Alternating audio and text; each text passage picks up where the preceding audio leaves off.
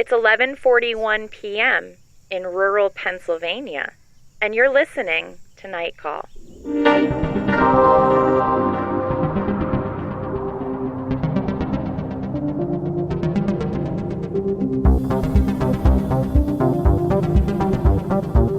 Hello and welcome to Night Call, a podcast for your strange days and lonely nights. I'm Tess Lynch in Los Angeles, and with me I have Molly Lambert, and in New York, Emily Yoshida. Guys, I want to start off with an apology. Night Call apologies desk, top of show.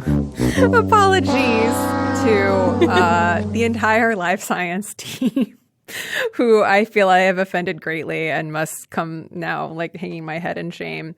We got an email from a writer at Live Science, subject line, "I'm so sad you called Live Science bullshit," and I feel like I owe it to them to set the record straight on Live Science, or LS as we call it.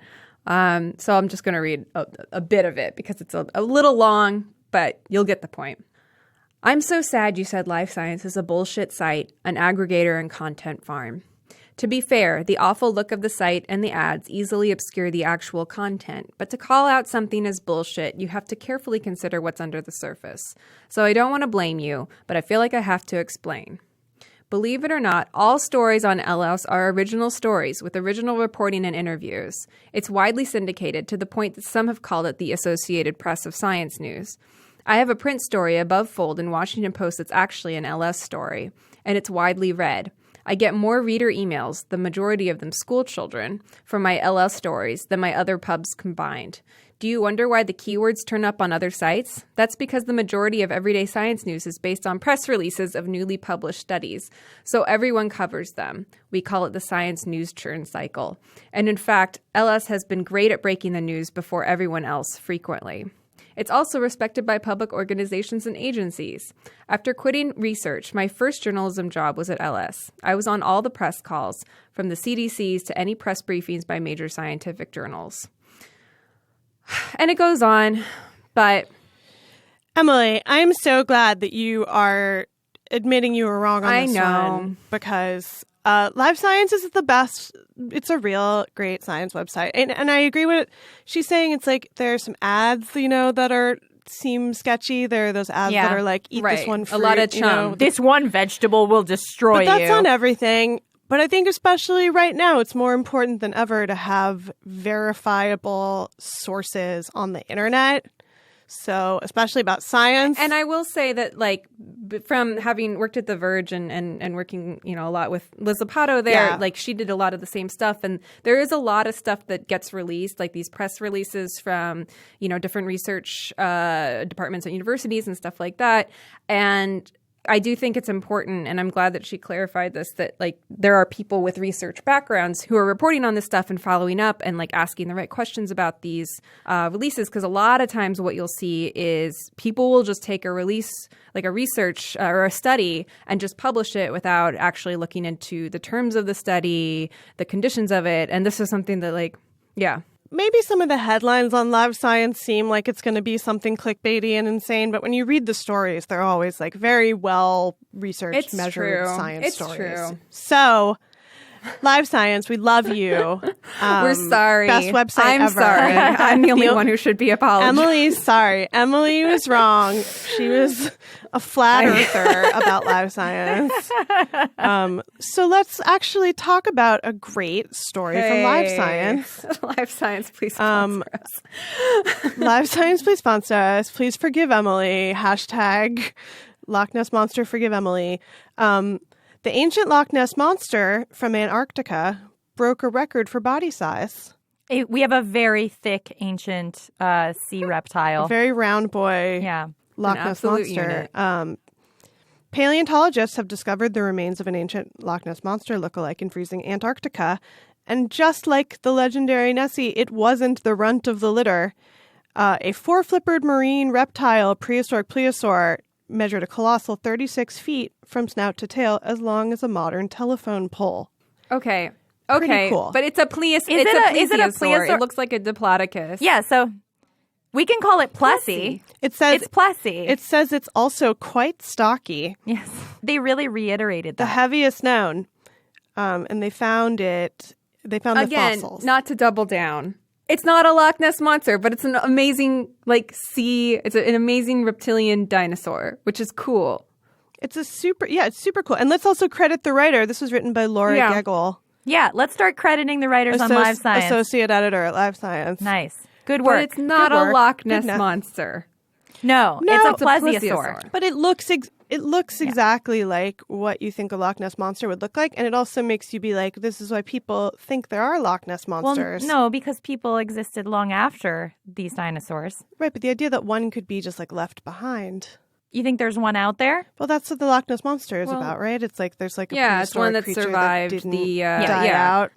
But I don't think it's going to be a plesiosaur or plesiosaur. We don't know. But that one is also in Scotland, famously. Loch Ness. This is in Antarctica. And yet it has a modern cousin who we think is Nessie. Good work. But you know what is a real deep sea creature?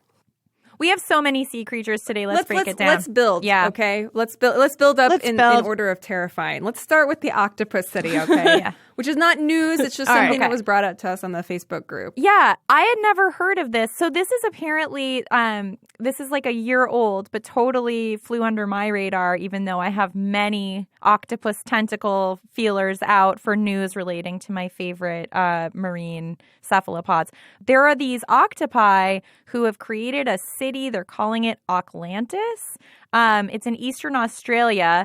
And I guess everyone always thought that octopus were very solitary creatures, but they've formed a community where they communicate and they kind of warn each other of like octopi they don't like coming by. They keep them out. They build these dens out of shells and stuff, and they even evict octopi from their community if they don't like their behavior.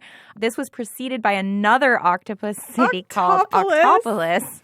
That was nearby. I just like it so much. So thank you for posting that in the Night Callers Facebook group, because that is like, there's an endless stream of delightful articles like this in there that I really love. I feel like we tell ourselves that octopi are, it's not actually octopi, it's octopuses. It's just like hard to say that, but it's octopuses. But I think we tell ourselves that they are solitary creatures that don't socialize a lot to make ourselves feel better, because when you start thinking about the possibilities of an octopus city, it gets very uncomfortable to think about your place in the universe very quickly.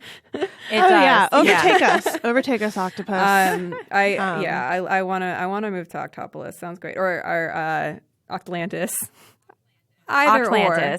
Another piece of news that is not news, but also came to us via Twitter. Apparently, there is maybe it's not accurate to say a entire conspiracy theory, but one lady is going real hard on the idea that Monster Energy drink is satanic. Have you guys seen this video? Apparently it went viral like a couple years ago, and it's been debunked by Snopes and all of that. I could only watch part of it because it had the energy, so to speak, of making me be like, no, I will not expose my... So this is a woman named Christine White. Yes. She's also a bad person. She's a very bad person. We can say. Yes. She's like homophobic and anti-Muslim. It's fun to laugh at her, but yeah, she is, she'll like interrupt Muslim prayer meetings and shit like that. Like she's just not chill at all, but she's been giving, she has a spiel. She has some YouTube videos about, she's like a right-wing YouTuber. Yeah, and she not the only one who has a strong YouTube presence that we will be talking about on today's podcast. But she has I have to say, like, as you say, her energy is very tough to take. She's got this spiel down, If I was dumb, I'd be won over. Apparently, the logo for Monster Energy, which kind of looks like the Jurassic Park 3 logo, it's like 3 dinosaur scratches. Looks like the Hebrew symbol Vav, which can stand for the letter 6. So the label of Monster Energy can read 666. I know. No. And Rachel is correcting us, which I was going to get to. That is not how you would write 666 in Hebrew.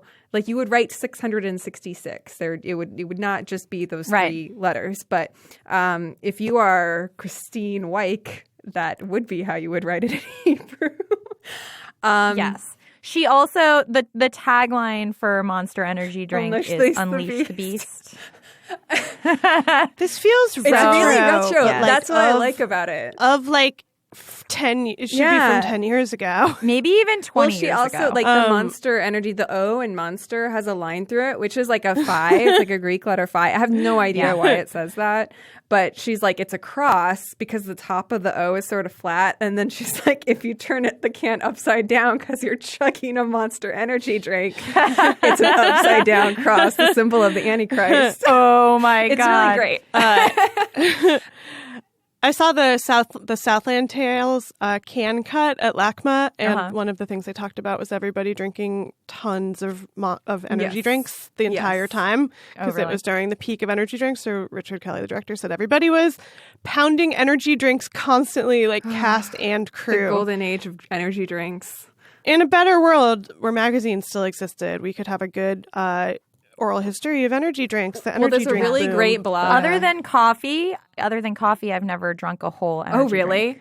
I can't handle it at all. Never done it. My God. No, I've drank almost any energy drink that's ever been on the market. I have tried. I will try any new energy drink. Wow. And I actually, in looking at this thread about this this whole conspiracy theory that was brought to us by listener John, one of our several theologian listeners, they were talking about there's another energy drink that's, I guess, a proprietary of the supermarket Aldi, which we've also discussed on this podcast, that has a cross symbol in the middle of it, which they were speculating was counter-marketing to the Antichrist imagery on Monster Energy drink. That's really funny. Right. That's the godly energy drink. Right. Then it's like it's all promo to roll out your influencer energy drink that's like God water. God water. Holy water. Totally. Yeah. Holy water. Put it in the hole where your spirit is. Yeah. But there was a really great blog about beverages that I plan to revisit later because that's totally my up my alley. I love to read reviews of beverages. What's the best energy drink that you've ever tried? Energy Emily, drink you would know. Is, and I don't think they make it anymore, but there was a quote all natural energy drink that they sold. I think they had a Trader Joe's, house brand version of it. And then there was, I think, the exact same formula that they sold by some other brand at Whole Foods. And they made an orange one of it. And I could only deal with the full sugar ones because I get headaches off of sugar-free ones. So that was one that was didn't have too much insane shit in it but didn't give me a headache. And I wish I could remember what it's called, but it's not. I don't think they sell it anymore. But it was during the boom. It was 2005 that I was drinking that a lot. Tess, what do you do? Just straight coffee? I drink coffee. I drink a ton of coffee. Actually, last week I had 2 pots of coffee, and I felt like that was a real game changer for me in terms of what if my 2 Monster pots Energy. Of coffee? 2 pots of coffee was a lot of cups of coffee, but I was drinking them in my brewmate, actually. Hey. I was. And I found, because it stays really cold, and it also makes you able to ignore how many cups of coffee you're drinking because you're drinking a huge million, amount. a million. You're this is like a 24-ounce cup of coffee. And then today I was telling Molly, I repeated, I don't think I had a full 2 pots of coffee. I had, let's say 10 cups. 10 cups of coffee. Oh my God. I would be dead if I drank 10 cups of coffee or probably 1 full sugar energy drink. I'm just a weak constitution, but I drink the milk tea. That is what is my sprack. Yeah. But you don't drink milk. No, but the milk tea is non-dairy. That's the amazing thing almond about milk? it. No, it's coconut milk. Ugh. It's the best. No. My poison is the rose milk tea at 85 degrees Celsius bakery. I don't know. Tell me more. Oh, it's so good. It's like Hong Kong milk tea. It's just super milky and sugary, but you can get it without a ton of sugar in it. And then it's got a rose flavored syrup in it. Ooh. And then it gets you, it's delicious. So you drink it really fast and then you are just through the roof. The sugar helps it move along. My scientific feeling about any energy drink or or tea or matcha or anything like that is that you need at least some sugar and fat in it to help it go through your body and affect your brain. That's my help the nanobots. Yeah, I went through a thing a while ago where I cut out all sugar except for fruit for 4 days. And then afterwards, now I cannot drink or eat sugary things like hardly at all. And so now I can't have like sugary coffee or sugary tea, like any kind of sugary drink it tastes gross to me. Like it makes my teeth feel immediately like they're wearing little sweaters that's of like part fuzzy of the sugar. joy. That's not into it. Yeah. Can't do it. But yeah, I mean, I do think that the sugar definitely, because there is that whole like, it's like the bulletproof thing where you need the fat for sure to kind of like synthesize. Yeah. That I think is bullshit. No, it's not true. bullshit, It's but I true. think like putting butter in your coffee. It's not. Oh, but it's so You could just use whole milk. We've been Yeah. over this before. I know. You guys, We got a call from a listener after our transcendental meditation discussion. So it's actually, we got an email from listener Bobby. Ladies of Night Call, I love the show, but besides my meager Patreon support, I felt like I haven't had anything to contribute until now. After going through a traumatic event in the military, I was made aware of the David Lynch Foundation and its subsidized TM courses for veterans. I've been practicing it now for over 6 months, and it's been extremely helpful for me in battling PTSD as well as my pre-existing depression and anxiety. Nobody that I've met at the organization has given me a culty vibe, and like Brian said, they haven't intruded into my life after the initial training. I'm not one for evangelizing, but I wish everyone could give TM a shot. Also, Emily, I had the pleasure of meeting you on a side street in Laredo, Mexico a couple years ago, unless that was a weird dream. I mean, I was definitely in Laredo, Mexico a couple of years ago, so it's probably me. Was I wearing a Lana Del Rey shirt? Hi, Bobby. We were talking about this more, I think, after our chat with Brian Koppelman, which you can go back and listen to if you haven't listened to it yet. And I think that the money thing is probably the biggest like red flag that we have about TM, right? As far as, you know. Well, first of all, I'm really glad that Transcendental Meditation helped Bobby with PTSD and managing anxiety, and also thank you for your service. But my issue is that I think it should be affordable for everyone. And there was a really interesting first-person account. I think it was in Vancouver Magazine. And the journalist basically, it's just that it's about $1,500 to kind of initiate yourself to get the secret information, which is basically your mantra. But also it's the ceremony. And the journalist who wrote this piece about her experience with this said that she was not allowed to talk about the ceremony as well as the mantra.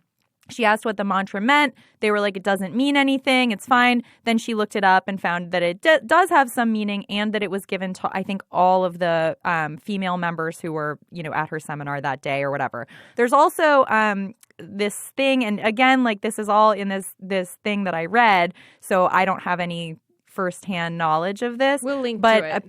Yeah, we'll link to it. The kind of like selling point of like you can levitate to me. Oh, well, that's like fringy though within it, right? Like, I don't know. I've seen the DVD where David Lynch explains the levitating. Yeah. What it really is it's like you are sitting and meditating and you sort of start to like bounce in place. Yeah. It's very silly seeming. However, I will say I totally believe in meditation as a mental health practice. Oh, for sure. And I think that it is not pseudoscience. I think it is like real, and that it does like lower your heart rate or whatever, you know, change the way your brain works. Absolutely. And it should be free, and it is free. You can meditate for free. Yeah. I think both of my parents took TM and have, you know, nothing bad to say about it. I think it's like they did it once. They like got their mantras and got out. But again, it's like I don't think they hound you for the rest. Get your mantras and get out. They do not hound you for the rest of your life. No. If you try to disengage, which is different from some culty things. So I think that is like at least you can get out. I've read that you should look into a book called The Relaxation Response by Herbert Benson, because it's basically the same thing, but a book that doesn't cost $1,500. And I was like, okay, I'll do that. Because, yeah, I mean, meditating is awesome. And I definitely think that the scholarships are a great idea. I think it's just that nobody should have to pay $1,500 for a mantra. Just my personal opinion. I'm looking forward to getting to the point where I can try it and report back to you all. But of course, I won't tell you my mantra. But just we can have some but primary also reporting here. TM want to sponsor us? Oh yeah, hell yeah, do it. We might change our tune. I think that the main benefit of meditation right now is that it means that you have to look away from a screen. And the reason you might want to look away from a screen is this really terrifying new study. Oh, my God. Molly, take it away. Yeah. Oh, this is the worst thing that's ever happened. This is a wild ass episode, I have to say. Like, we've got everything going on this one. This is a great night call. Maybe not a great time in society, but a great episode. Yeah, a great episode. And also, I will say that because Emily made me paranoid about live science and the sources, and I was like, I don't know where anything's being sourced from. Really, I assume these people are real. I double checked it with other sources. Oh yeah, BBC can't argue with that. And BBC also reported on this. So this is from the BBC link. How Modern Life is Transforming the Human Skeleton by Zaria Gorvit. The emergence of a spiky growth at the back of some people's skulls is causing people to wonder why we are all growing a weird bone on the back of our skulls. And it turns out it's from smartphone usage. How? So just to be clear, though, basically this phenomenon has existed for a long time, but it was very rare. And now it's as many as 1 in 4 people between the ages of 18 and 30 are growing these spikes at the base of their skulls that they vary in size. Some of them have been big. I have been a clinician for 20 years, and only in the last decade, increasingly, I have been discovering that my patients have this growth on the skull, says David Shahar, a health scientist at the University of the Sunshine Coast, Australia. The spike-like feature, also known as the external occipital protuberance, is found at the lower back of the skull, just above the neck. If you have one, it's likely that you will be able to feel it with your forefingers. Do you guys have it? I can't tell. It is all I've been doing is feeling my neck, trying to feel if I have it because I don't want it. So some of them are up to 30 millimeters, which is big. And they say if you have no hair, they can even be visible. Yeah. So it's because it's to offset the weight of your head. So if your head is looking down at your phone, it's 10 pounds of strain. So the bone is trying to kind of offset that weight by adding more weight to the back to balance it out. That's not very much weight, though. It's just a little. It is. It's just the tip of the ice, the Skullberg. As we hunch over our phones, we crane our necks and hold our heads forwards. This is problematic because the average head weighs around 10 pounds, as much as a large watermelon, as we all know, thanks to Jerry Maguire. Yeah. And everybody has something called text neck, which is because your head is not meant to be craning over a phone all the time. It's really bad for you, and it's making people grow bones on their skulls. It's really bad for you might be misleading. It is bad for you to look at the smartphones, but the bone itself is not a bad thing. They said also people's elbows are shrinking. Yes, people are getting weak elbows and weak and smaller jaws. But you know what? Okay, so I was doing this the other day. My phone told me that I had been looking at it way too much. And I put down my phone and I rolled my eyes up. So I was looking at the ceiling, and just doing that, I realized it had been so long since I had looked up and then looked to the sides, and it felt like exercising if you've never exercised before in your life. You have to exercise your eyes. You have to exercise your eyes. This also fits in with what an eye doctor told me that scared the fuck out of me a few years ago when I saw her. My eye doctor said that she was just seeing people's vision go bad really fast, a lot more than ever before because of smartphone usage. Yeah. She was like, she was like, everyone's vision is degrading. She was like, there's no like official studies on it, but just like anecdotally from being an eye doctor, I can tell you that like kids are looking at screens from the beginning of their lives is like not good for your eyes. Right. Yeah. The question is, how are our bodies going to adapt to that? This is all just like, is this I think it's in a Philip K. Dick book where everybody has like enlarged skulls or something from I don't know, it's like some way in which people have well, it's also scary because there was like some horrible thing this week where some racists basically tried to bring up like skull size, like phrenology, right. like it wasn't like Quillette or some shit like that. Yeah, some garbage. Yeah, I mean, I try not to like look at my phone. Like I always feel like I'm like reacting against this on some level at all times. Like I'm trying to do the eye exercises, and Tess and I are both looking at the ceiling right now and being like, I never look up. I think if you wear glasses, obviously this becomes a vicious cycle. So you're looking at screens a lot. You get glasses, and then you're not looking above your glasses because you can't see. So it restricts your field of vision to below your eyebrows. It's just also like we've all had these things for 10 years.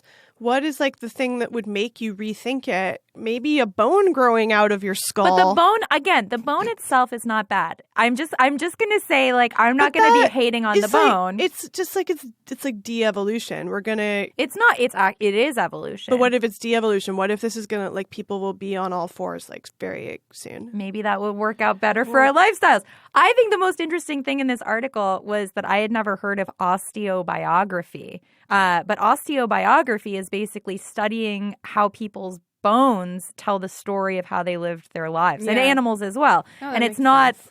It's like a non-judgmental, like, it's a very kind of like neutral study. And they mentioned a goat, I think, in the BBC link, where the goat had like adapted because it didn't have front legs. So it had to adapt, and its skeleton changed. And it makes sense. I mean, the things that you do repetitively are going to have an impact. I'm just saying, you guys want to be like craned over with your head like a wilting flower? No, all the time? but the bone is not the bad thing. But the phones are the bad thing. Yes, but the bone, it's natural to freak out at something like that. But there are studies of people who just had crappy posture and were reading too much and had these bone spikes back in the day. Right. I don't want the bone spikes. I mean, the eye stuff is a little more alarming to me because I feel like there's always something, there has always been some activity that will alter your physiology, like because you're a miner or something, or you work in a textile factory and have a horrible lung infection or whatever the fact may be. So we all have blog neck. We have blog neck. Yeah, basically. Like, I mean, there's always been like an activity, a dominant activity that like causes some sort of malady, like widespread. So I don't think that that's new. It's just like this is linked to something particularly new. I think the eye thing feels different though, because that's something having to do with an organ instead of like a musculoskeletal thing like that. Like the quality of light that we've been seeing in our lives hasn't fundamentally changed until we started looking at screens all day, Yeah. I don't know. Like, it's interesting to think about. Do you guys know Day of the Triffids? No, what's that? It's a early like British sci-fi. It's about plants that take over. It's the best. Yes, I love plants taking over. It's plant horror. Yeah. And it's like cozy catastrophe. It's like about a group of people trying to escape from the plants that are taking over everything. But it's like they breed a plant and then it turns out the plant like squirts out a poison and it makes every human blind. Oh, I have seen this. Yeah. Yes, I know. Yeah, well, it's kind of like the spitting dinosaurs from Jurassic Park. Yeah, that's what But I think the thing to consider with the bone spikes is that without the bone spike, every time you say it, I sit up straight. I know, me too. Without the bone spike, you're getting more neck strain. The bone spike is your body trying to help itself out. That's why I say don't hate the bone spike, hate the phone spike. You know what I mean? Because the bone is just trying to help you. No, hold the applause. It wasn't worth it. But you know what I mean? We should start a YouTube channel for you to be like the preacher. Oh my God. Yeah, you should. The bones. Don't be mad at the bone spike. Be mad at the phone spike. I just feel like everybody who knows me is probably like not worried about me getting a bone spike because I'm terrible at responding to texts and emails and stuff like that. Because I'm always the person who's like, what if I'm not looking at my phone right now? What if I'm just like experiencing life and then people get mad for at you. Me? That's what. No, I need to respond to my text. No, but there should be more pushback against being on your phone all the time. It's like we passed the omega of like everyone's on their phones all the time. What if we like can go back? But here's the thing. Here's the problem. And I have kids, but I think that people run into this also if they are a caretaker of any kind, is that this is the problem, is that you get locked in, whether you have kids or you're taking care of, an elderly parent or a sibling who can't take care of themselves. There is like an expectation. I mean, that's actually where technology, I think, has been so useful. A couple weeks ago, my son was at school and he ran into a staircase and he needed stitches and he was at school. And I was not at home. And the thought that, like, you have your emergency contact, right, but who could they call? That's but then they can reach you. I'm fine with having a phone. I'm saying, like, no internet on the phone. Yeah, for telephone. No internet on the phone, I can understand. But no I don't more know. Instagram, There's also, like, no more Twitter.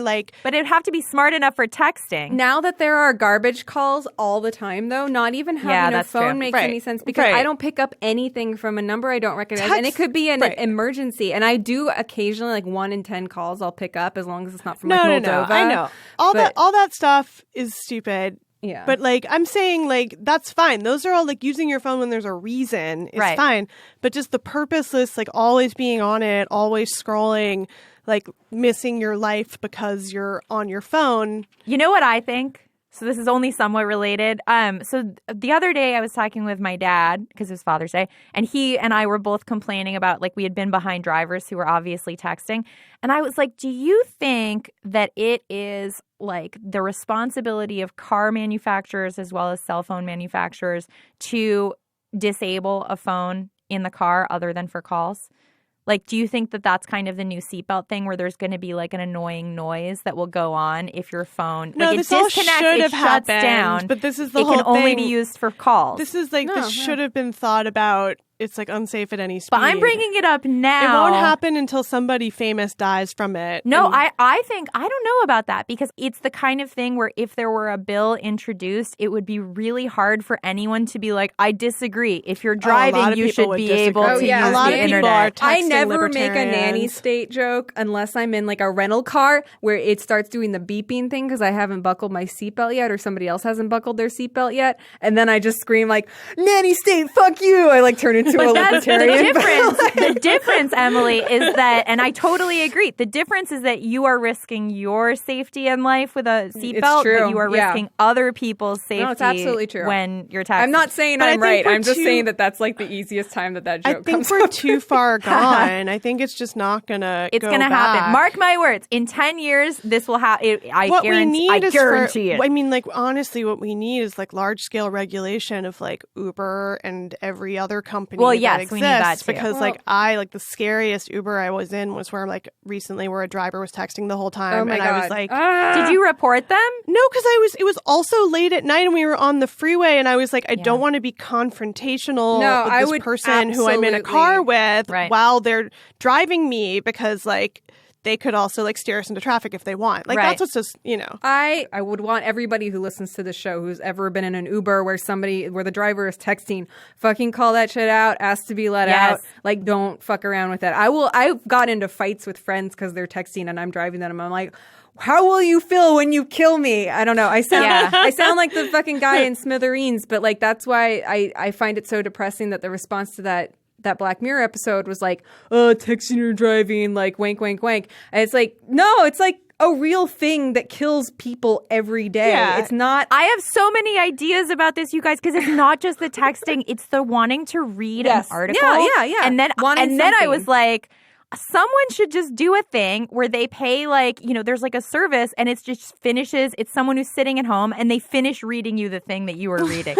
They just call you up and they're like, okay, where were you? All right, I'm going to finish. And then they'll be like, there's a link here. You want me to click the link? And you're like, yes. And then they read you that. Just invented a whole sex. new depressing here's economy. But also here's the thing. I'll do it. They're not thinking about that because they're thinking about how can we make driverless cars so that you never have to leave your phone and the robot's just driving the car. Yeah, well, I also think that I have an idea about scary, that, you guys. Look at all this coffee. Yeah, that's like letting the text message drive the car. You know what I'm into is conveyor belt freeways, where you park your car and it's a conveyor belt, and then you just like program in your stop, and then you're back out. And when you're back on the street, you can drive. But while you're on the freeway, you're on a conveyor belt in neutral or park or whatever, Are you describing reading your as phone. a train? I am, but it's your own personal train. It's your own car of the train, right? But it is a train. But you get to have it. You just It's invented yours. is the people mover. Yeah, you invented the it's people true. mover from Disney. You invented it's the a great Roosevelt Island idea. tram. I was picturing also giant conveyor belts, like standing conveyor belt freeways. I'm into that too. Like that idea a lot. I'm into all of it. I love driving, though, you guys. Can I just say, driving's great. We should move on to the next horrifying thing that we have to talk about, because we have so many left and we don't have much time left. Yeah. Nightcall says, hey, don't text and drive. Don't text and we drive. don't have much time left. And if Don't you check need- your Instagram. Don't take a No. fucking picture of yourself on the 405. Don't do it it. can wait. But if you need someone to finish reading the article to you, just email me, and if I'm at home, I'll pick up the phone, I'll call you, and I'll finish reading it so that you can concentrate on driving. At the $150 a month level of our Patreon test, we'll do that for you. That's really... I actually am dead serious. I'll do it. Yeah. It'll save lives. Yeah. True.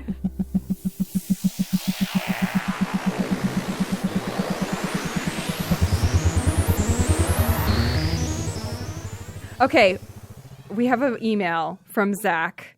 Again, I hate it. Most of our topics this week, I think the theme for me, at least personally, is I hate it. Okay, hey, Night Call. Zach here from the greatest city on earth, Canberra, Australia. I've been making my way through every episode, currently knee-deep in the ocean creatures phase, and just wondering what your thoughts are on the elbow squid.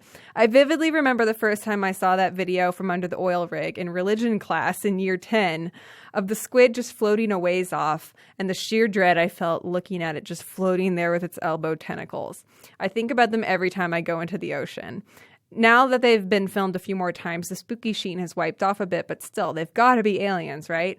I mean, odds are if a ship landed, it would go into the ocean, given that that's most of the planet. Thank you, Zach. I mean, not thank you, though. I hate this so much. I can't believe I've never seen this before. So the elbow squid, it's also called the big fin squid. So the big fin squid is not to be confused with the big fin reef squid, which is like more like a, it looks a little more like cuttlefishy. The big fin squid looks like a terrifying spider that lives very deep in the ocean. I think all the places they found it has been 9,000 feet deep, like thereabouts. It is a pretty large squid that can, But mostly tentacles. It's mostly comprised of these. But the tentacles all are like legs. 20 feet long. Like it's big. And its head, I forget what that's called on a cephalopod, but it's kind of narrow, but it's got these huge wings, which is why it's called the big fin squid. It was not really regularly observed until later in the 20th century, and there wasn't really a clear video of it until I think 2000. That's the video that Zach was referring to. I will invite everybody to do a Google image search or a YouTube search of it, because I find this creature extremely upsetting. I hate it Emily, so why? much. Why? I wasn't scared of it. I was like, when, you gave us a warning to Google with caution, and I saw it, and yes, it's, for some reason, there is something kind of freaky about the very thin, long tentacles. Well, sometimes they look really stiff, like they look like daddy long legs. Like, do you not like daddy long legs? No, I either? hate daddy long legs. Are you kidding me? Oh, interesting. Daddy long legs are cool. No. They eat other bugs. I mean, sure, yes. I'm not anti. The only thing that bugs me about the daddy long legs is when you see one lose its leg and then everything just goes into the creepy town. I hate it. I respect spiders. And so I respect these sea spiders and these squids that look like spiders. I detest and respect spiders. I have octopuses were like my first big fear, like my real boogeyman when I was a kid. because I would just watch this episode of Nature over and over and over again that had like a scene with an octopus in it, and I would just watch that scene just to freak myself out constantly when I was a kid. And they don't really, like, most octopuses don't really do that for me anymore, but when I saw this video, I was taken all the way back to that like 4-year-old feeling of like, oh God, like what's under the ocean, the weirdest things. I gotta say, like, it's a cliche, but the squid and the whale thing at the Natural History Museum, just truly one of the most frightening things in the world. Yeah. Because you get close to it and you feel like it's going to come alive. Yeah. It's got and an just eye the fact on it, that too. It's got eyes. Yeah, and just the way it's lit. I love the whole thing, but I remember just like seeing it as a kid and being like, imagine being in the ocean and you see this. Yeah. Like, we are so meaningless. You know what This the is elbow happening. squid looks like to me as a scalp massager? Yes. Yeah. It totally does. exactly like that. Yeah. I think that's what- what's kind of uncanny What's about uncanny it. is it has an elbow, and does. as we humans are losing But our it has elbows, no bones. Or Right. does it have bones? But maybe we're going to become more like the elbow squid. Tess and I are both kind of making our arms go like squish right now. it feels really good. They're like doing Yeah. like jazz hands or something. We are doing jazz. We're Look doing what the smartphones have done. They've squid made us hands. forget to do our squid hand Squid hand. exercises to make our bones just like right. Jennifer North. This is like the OA. It's going to turn into us eventually doing some kind of like squid dance. Yes, it will. The 6 Summon squid the movements. squid. But so the idea of it being an alien is not all that far-fetched simply because it was so recently discovered. Like, nobody knew about this thing until, like, 50 years ago or something. And even then, they didn't really know how to classify it. It finally got a genus in the 90s. So nobody really knew nobody had really lined up all these different sightings of the same thing. So That's the best. yeah, so it does just feel like something genuinely alien, because it's not. If you went to school or like loved sea creatures in the 70s, you wouldn't have known about this thing. Like, nobody knew about it. It's like a new form. There's of still life. things. Yeah, there's still There's new still things. Still new things. Hey, but some of those things are terrible things. And I think that we should close our show by talking about one of them that also kind of tangentially involves creatures. Yay! Which is, yay. So this is something that has escaped our attention for a while, even though this is based in events that happened a couple of years ago. There is currently a murder trial, or I guess the murder trial just concluded, featuring a couple, a man and a woman, who were involved in an alien reptile cult. Yeah. And so a lot of information has now become kind of more mainstream about this alien reptile cult. And of course, thank you to the night caller who brought this to our attention. I was like, whoa, alien reptile cult. Tell me more. So I don't know if you can classify it as a cult. I mean, it is certainly out there. And this lady feels like a real piece of work. That's sort of the main proprietor of it, Sherry Schreiner. Prophet, seer, which is A lot of good names. Yeah. Yes. A lot of good pinch-in names on the podcast today. Yep. But she describes herself as a prophet, seer, which is misspelled, ambassador, messenger, and daughter of the Most High. And she has a strong internet presence. She's got a Twitter. She's got a YouTube with an alarming amount of views on it. And most importantly, she has a Patreon with 9 subscribers that bears an uncanny resemblance to the Night Call Patreon. Horrifying to discover this. So Sherry Schreiner, by the way, Sherry Schreiner has died, but her online presence is maintained. Yeah. Her website, don't look at it, but we'll tell you about it. I looked at it. I looked at it too. I just don't want to drive traffic to her. She's a terrible, again, another, like the Monster Energy drink conspiracy theorist. She is not a good person. She's very awfully anti-Semitic, transphobic, xenophobic, all of that. Take your pick. Because, of course, she believes that, there are reptilian aliens who are masquerading as humans, and they're going to bring about the New World Order. All that good stuff. And she also has, in some of her videos, celebrity faces, and she's talking about how she can prove that they are reptile aliens. It's so all this the classic couple, lizard people stuff. Classic, Like, yes. Like they have quintessential things where lizard it's like, people oh, we stuff. have slowed down imagery of like somebody's eyes doing like a reptile blink, that kind of thing. Like that, that variety. But it got even weirder because during this murder trial where this woman whose name is Barbara Rogers, also a good pension name, Barbara Rogers is accused and has been convicted of third-degree manslaughter, I think, of killing her boyfriend who was a member of this group. And during the course of their relationship, Barbara Rogers was not as down with Sherry Schreiner's whole rhetoric as her boyfriend was. And at one point, this woman posted a picture of steak tartare on Facebook and was like, great with some minced garlic. And Sherry Schreiner flipped out and was like, I think I even have a quote from her here. Oh, she's got, yeah. They crave the blood, those with the vampire demon in them. Yeah. So she was like, I know that this woman is a witch and a vampire. She described and a her reptile. as a vampire, witch, reptilian super soldier. There we go. And told Stephen that like she had basically prophesied that this his girlfriend, who I guess was also involved with this, but maybe wasn't, just less so, that like she was going to bring about his doom, like she would harm him or kill him or something. So I think that this led to this fight where, and according to Barbara, who shot her boyfriend point blank in the head, but he was holding his gun to his own head and making her shoot him. He was like, pull the trigger. And she was like, okay. Which also is, I mean, no, little suspicious. I don't think anybody made the right decision in this situation. But it is like, it's kind of bizarre that it's like, you know, it's basically a self-fulfilling prophecy in like the most obvious way possible. But so it I don't know. When did she die? I didn't realize that she had died. I think she died in 2016. I think it was supposed to be the year before the murder occurred. Oh, interesting. Okay, because I was watching one of her many videos, and she was talking about how many attempts there had been on her life, that people are constantly trying to poison her and kill her. But I didn't realize that she was. Oh, maybe she's still alive. I thought I read that she had died. Oh.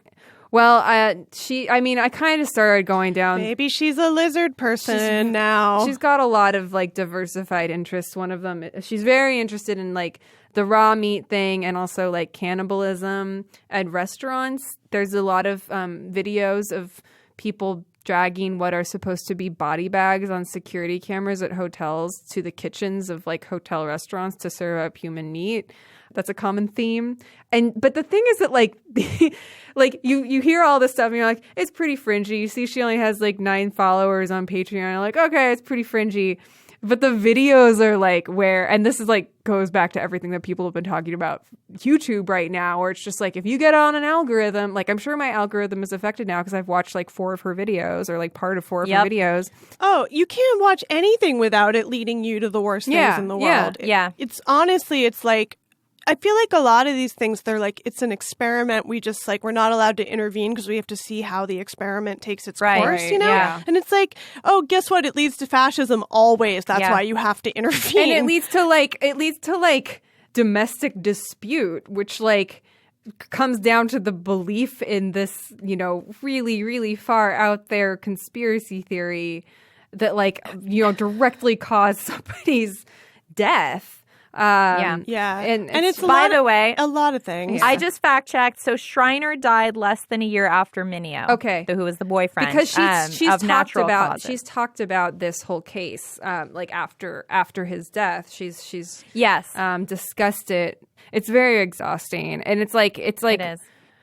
I find all this stuff to be like just deceptively easy to like laugh about or just kind of gawk at until you realize, like, I mean, the cold shower at the end is like how many people have actually been watching this stuff, and maybe just out of like morbid curiosity. No, maybe, a lot of those things where you're like, real people don't believe this, and you're like, oh, they do, things like anti-vaxxing, obviously, right? Yeah, that we've been talking about recently. Yeah. Well, also, I think it was in the New Republic who wrote about this same case earlier this month, but they were talking about how cults and these conspiracy theories, that YouTube is kind of the perfect medium for getting people into these cults because you do enter a trance-like state.